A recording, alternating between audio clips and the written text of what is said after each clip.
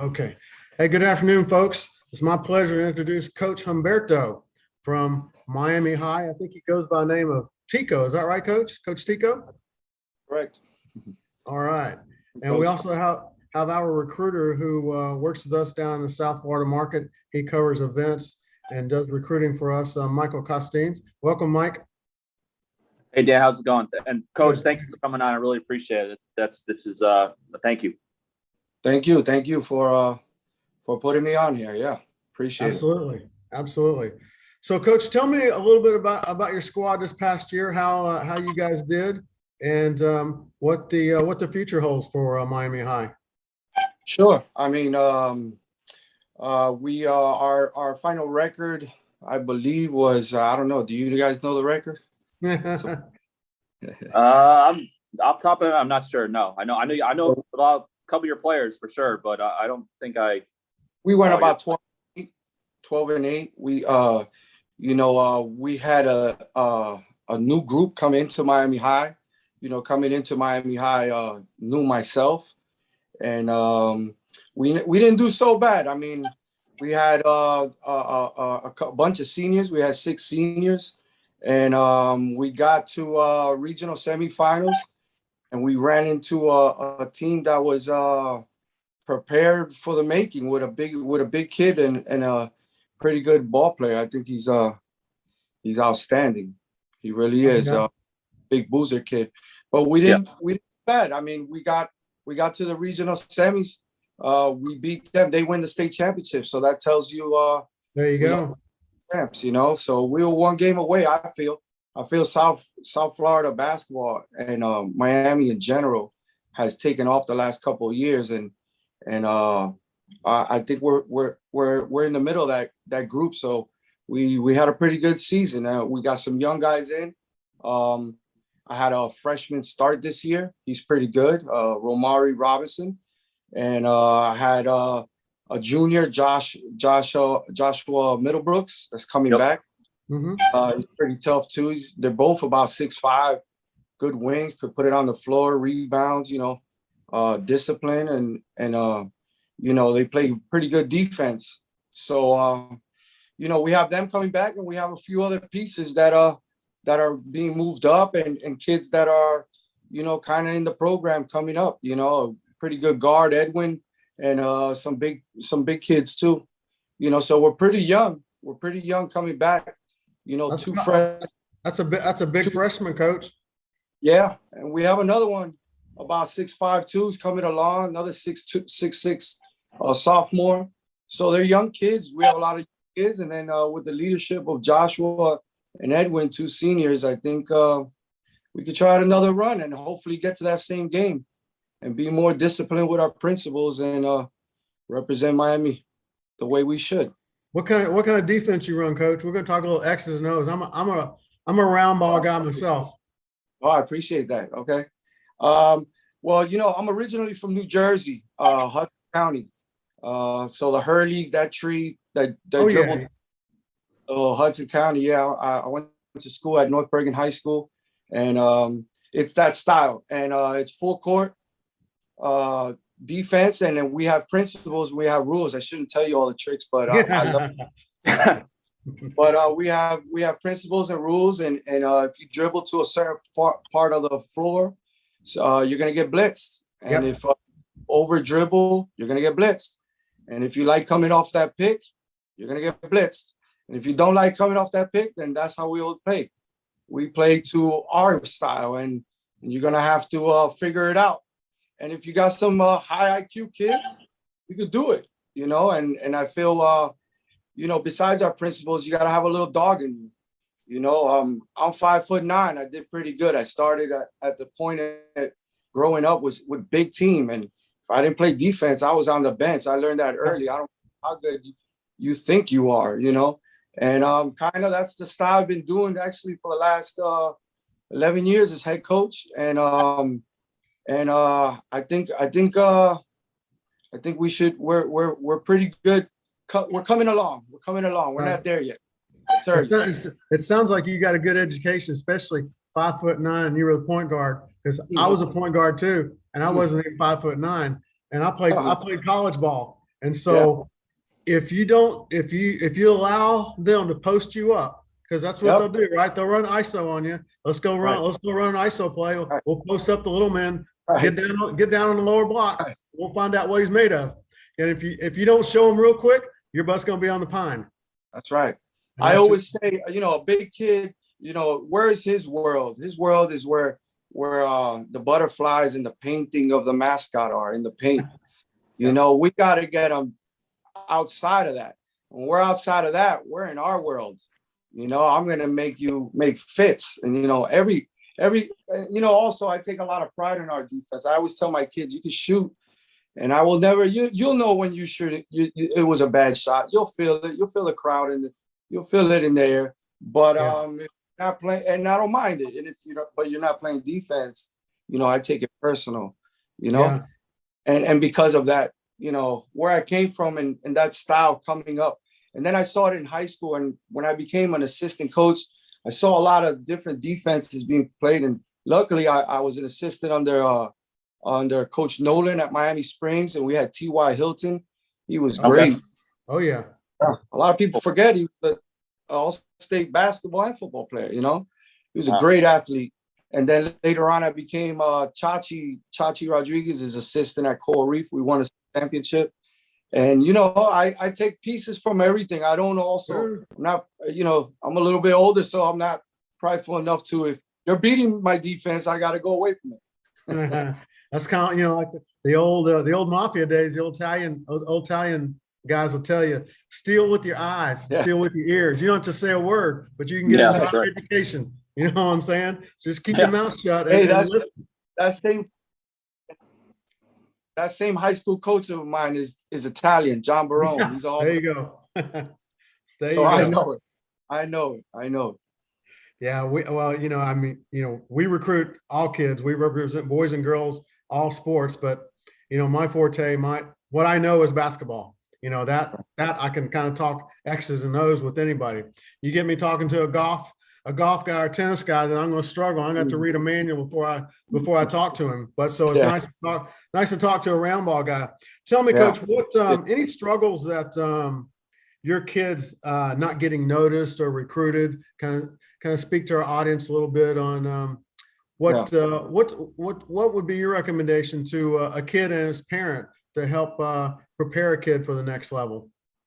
Well, I appreciate that question. I don't really get asked that too much, and that it's a subject that we have to do better as adults, as coaches, as trainers, as assistant coaches. We got to do better. We do. I'm a kid that was under recruited, and I figured it out, and thankfully I played a little college ball. And it regardless, I didn't make it, but it showed me the way of discipline in the classroom and all that. And fortunately, lucky enough that I got married, had kids, I could provide for my family. But the first thing is, when I talk to the kids, sometimes I tell them, what I do, and not too many coaches do. I don't want to gloat, but it's obvious, and we have to do better. Is you got to make a highlight tape. I record all their games, I put them in clips, and I make a 7-minute video of their season. First their off season, then they're on their season, and I send it to coaches. And you would be surprised how many coaches appreciate that. Yeah, they get 150, but those that get 150, I mean, those D1s, they come and knock on my door, but the ones I got to knock on their door are the smallest. And everyone needs an education. Like me, I went to a JUCO and then a D3 school. So, it worked out. So, that takes a lot of time too, a lot of hours, a lot of editing and stuff like that. And then after that, you got to get a database of colleges and try to, get on them. A lot of these coaches we've all spoken to, and I've never heard somebody say, "Don't send me a video again." Right. Whatever. I'll try not to be annoying about it, but I'll send them the video of that season. If they're interested, they call back. Other counties and other states around the country, they do decent jobs. Of course, there's some that have their battles, but I think Miami-Dade County, being its population, being its its big amount of schools, being the attraction of Florida, we got to do a better job. You know, we're doing actually an event tomorrow, Friday, and it's going to be the top 24 seniors of Miami-Dade County, and it's with my MDBB, Miami-Dade basketball coach Shaw, helping me. We're both putting it together, and we invited a bunch of coaches. There should be over 20, 25 coaches there, and we're gonna have fun doing it. And by the way, the kids didn't have to pay anything. It was free. Yeah, a lot of these kids, they go to Orlando, they go to Naples. I send them myself. They have to be looked at. So there's anything in Miami, and I don't know why. And some people may say it's this or that, but who cares? We got to put our things aside and try to make this. That's a great program, a great event. Mike, we need to make sure we're there. Swing by, shake some hands, evaluate some talent. Absolutely. So let's stay on the video clip for a second. That's a good topic. So do you find that, because we survey coaches and stuff, and there's kind of a sweet spot on how long a coach is going to look at a video and the clips, and then what are you looking at in the video? Are you also showing how the kids play off the ball as well as on the ball? Because a lot of times that gets overlooked as well. Everyone can see somebody with the ball, but what's the guy doing without the ball? Are there any things that you look at? How long are your tapes normally that you send to a college coach? So it's a straight highlight clip. But yes, every so often in those highlights, I put those things because I know somebody will be watching. And if they're really interested, they're going to watch the whole clip. And the clip goes about 7 or 8 minutes. Yeah, some say long, some say short. But, if they're really interested, I try to get, not for nothing. I try to train these kids in the game, yes, but also to adapt to the college style. So catch the ball, a lot of jabs, a lot of pump fake a pass, make a pass, all those little things. So those things are caught in the video. So your assist is not always Magic Johnson. Right. But I shifted the guard this way, and I got my big in front of his big. So those little things I always try to look at, because I know there's, college coaches are smart for the most part. But I mean, usually when they're interested, okay, this kid could shoot, he has the size, he has the build, he could dribble a little bit, or whatever the situation, what part they're looking in their team. They need a ball handler, or they a wing, or a guy that catch off the ball, a fast guy, a leaper, and then some of obviously are the ones that just pop out, Mm-hmm. But I usually get my first reaction is, do you have a full game? And I make sure to have those full games. As a matter of fact, I put all my full games on YouTube. No one's allowed to see them, but I save them there on YouTube so that when the end of the season, a college coach does ask me for a full game, I put it to I guess public or whatever, and I share it with him. Okay, you put it on a OneDrive or something and give them access to it? Yeah, no, not even a OneDrive. It's straight on YouTube, so it's easy access. I text it to them, but I put it public when before you couldn't see it because it was private. I see. Gotcha. So then they want the full game, and the full game. Actually, I always tell my kids, walking off the bench is important. Getting out of the game, because when you go to that college, you're a freshman again. Remember how you were when you were a freshman? Yeah, you're a freshman. You got a short leash. You out. You make sure you jog off and stuff. Little things like that. So yeah, the full game really shows it more than the highlight. And it's important. And that question is always asked about the little things in the game. Those are great tips. We do make note of some of those. We've got a recruiting playbook on our site, and some of those things you mentioned are in that playbook. Not all of them, though. You got some good specifics relating to basketball, and those are great tips. What in this recruiting process, how involved are the parents? Do you notice, and how educated are the parents on the recruiting process? Not at all. For the most part, they're not. They don't really know. They don't know yet. And then I try to explain. I actually have that meeting with my kids' parents as soon as the season ends, and I explain to them and I show them. I actually show them the here are my emails. Here are the coaches.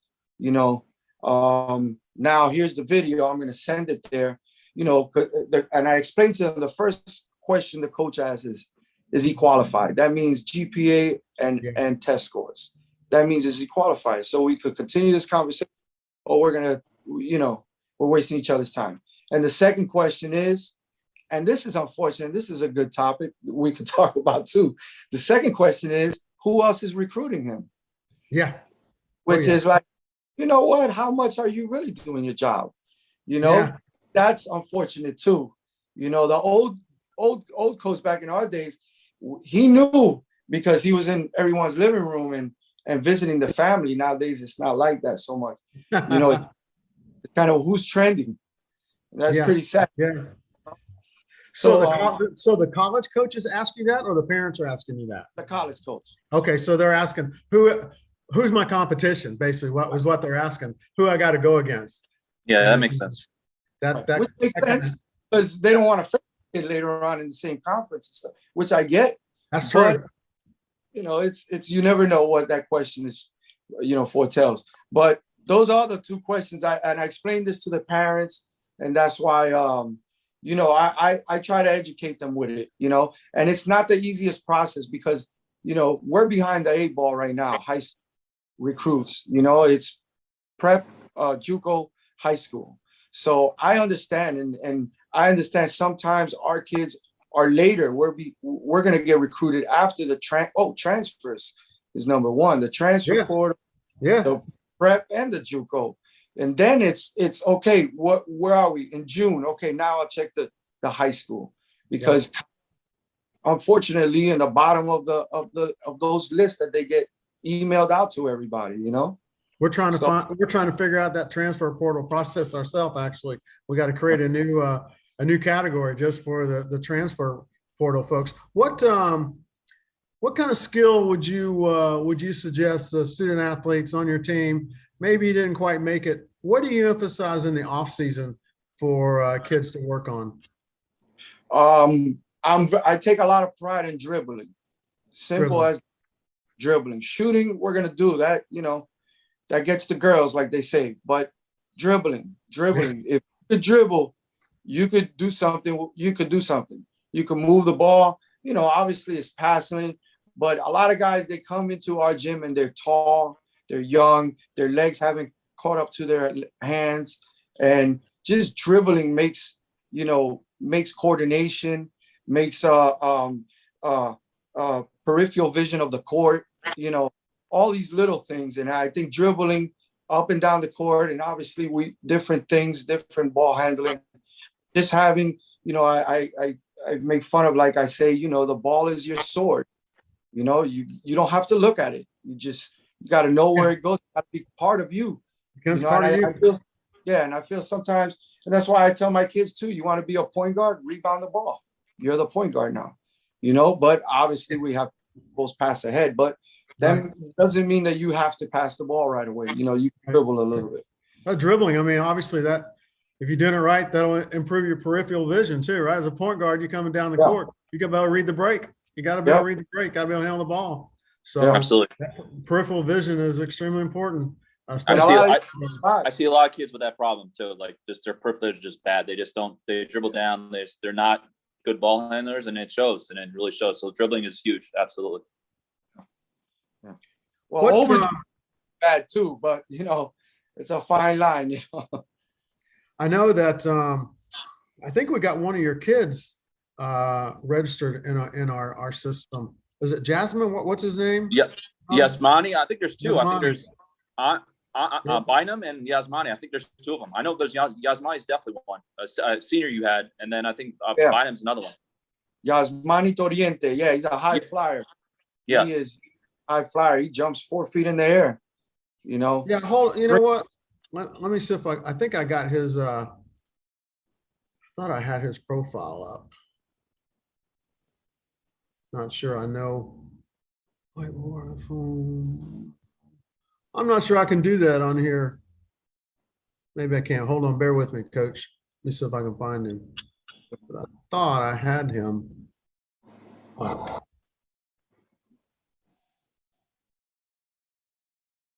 So yeah, here he is. Can you see my screen, Coach? Yes, sir. So yeah, that's him. 17, 200. So about 12, 13 points a game. Yeah, yeah. That sounds right. He had a game that he scored 41. Wow. You know? Yeah, against Well, he's a shooter. yeah, but he's a high flyer. He could jump in the air. He could shoot it. He's tough. He's tough. You know, I got him a little bit raw, but you know, he started playing a lot better towards the end of the season, and you know, and unfortunately, he couldn't finish. He had an injury, but you know, he's being looked at Florida Memorial. Is he got offered, and that's what he's looking at. But you know, he has I think we're working with him too. A couple of schools behind the scenes. How? So I don't see his height. How come we don't have his height on there, Mike? He's 6'5". 6'5". Okay. Yeah. Okay. He's 6'5", strong kid. You know, very good kid. You know, he bought in and had a tremendous year this year. You know, we had a lot of good basketball players. You know, the other kid said Andre Bynum. He's a little guard. He's about 5'9". Oh, he's a pest. You know, he's thin. You know, 94 feet. You know, has a pretty good pull up jumper. You know, like a mosquito out there. Yeah. What's his name? Jose, the new guy from New Orleans now. Just like that. Yeah. He hides behind defenders and jumps out. Yeah. So, and Andre was there, and he was at Miami High for 4 years. Yep, I remember. I saw him the previous year, a couple years. So I know him very well. Yep, absolutely. Yeah, and he's a good kid too, and he's another one. He got you know, some interest, some Division III interest, but you know, hey, whatever works out. Well, we can work with that. There's some JUCO and D3 schools. Absolutely, Mike. So we want to jump on that for him.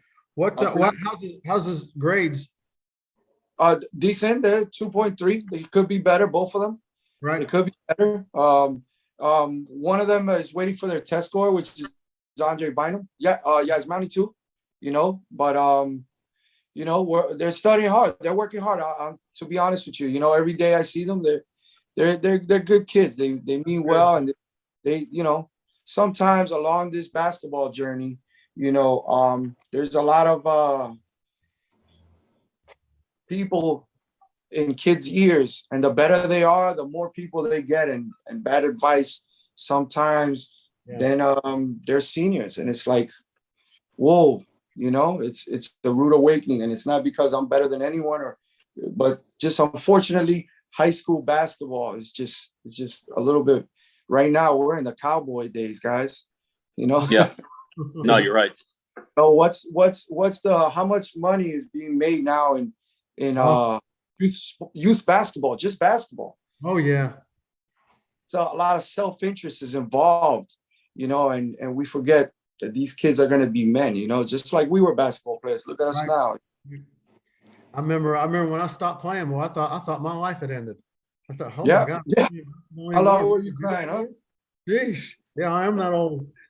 Boy, I tell you, when I stopped playing, I said, man, what am I going to do in my life? This ball has been part of me like my entire life. What one last question for you, Coach. On your team, are there what's the GPA requirements there for your kids to play? Is it 2.0 or I can't remember. For the state of Florida, I believe it's 2.0. So it's a 2.0, but obviously I push them. I tell them, you want to go to college, you need a 2.7. You know, you need a 2.7, you know, a little bit above a B. So, you know, I push them, I educate them. We have study hall. We're on top of them, you know. Like I said, bad habits die hard as well. You know, it has to be, you know, you asked the question about the parents. The ones that don't come to that meeting that I have, it's unfortunately, those are the ones that we have to, you know, keep closer by us and keep more of an eye on, you know. So involvement of all parties is always good for the kid. Now, I always tell my kids the W's, you know, it's not that important. The W's, you know, making you a man is more important than getting a W, you know? Yeah. And, you know, when the kid moves on and he goes to that college program, the parents aren't going with him. That's right. He's on his own. You got to stand on your own 2 feet. So, you know, it sounds like you're giving them that lesson kind of early, which is good because they need to know it, you know, because they get shipped off and they go somewhere, mom and daddy ain't there. and they're not going to be there to dribble the ball for you or pass the ball or make a shot. So when you learn that skill now, it'll only help you later in life. Even this year, I lost games this year. I had to sit somebody because of their grades, twice, and I'm not afraid to talk about it to anyone. And people want to win the game. I get it. You want to win the game. I get it. But this game is over soon. And what that kid continues, is the lesson is more important. Every single time that kid has a job and he's not supposed to do what he's supposed to, you think he could just, no, he's going to get fired. Then what? And Don, we know we're men. I set a kid, I won't mention his name, but I set a kid down when he was in the 6th grade. I made him sit the entire first half, and we got our butts nailed. I went down to him and said, "How do you feel right now, seeing your kids out there work so hard?" That kid ended up being one of the best kids I ever had. And one year he was 3rd in the nation in scoring.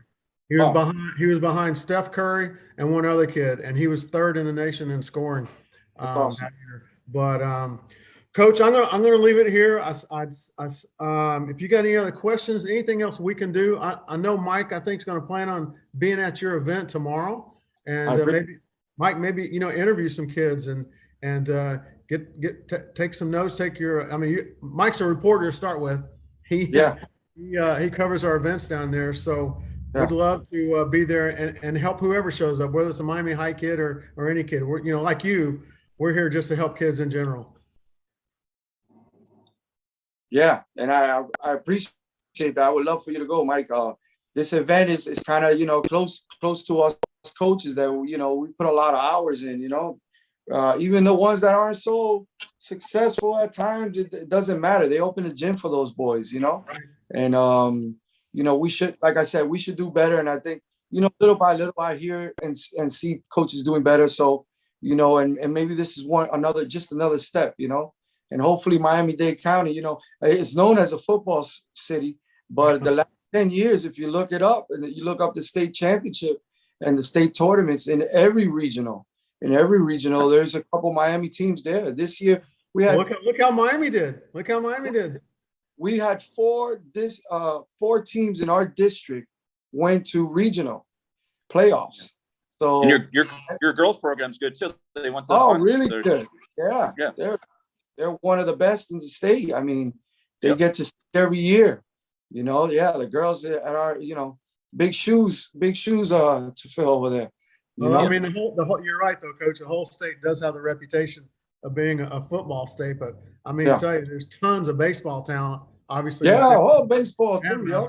So it's just a good state for athletes in general. The climate and the parks and all the venues that are available in the state of Florida really facilitate a good networking for sports. And our recruiting base, I don't know how, but soccer kids are coming in from all over the place. I never played soccer.